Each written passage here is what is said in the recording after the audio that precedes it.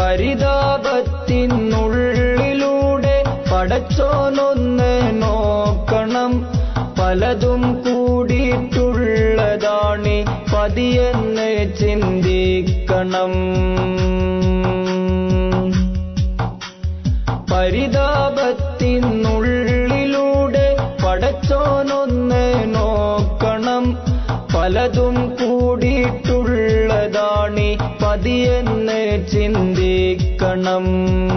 പറയണ്ട പൊരിയണ്ട പരിഹാസങ്ങൾ മാറ്റണം.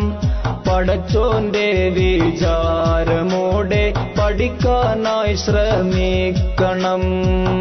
കരയണ്ട പൊരിയണ്ട ഖൽബൊന്ന് നന്നാക്കണം. കളങ്കങ്ങൾ കൂടാതെ കണ്ടിട്ടന്യോന്യം സ്നേഹിക്കണം.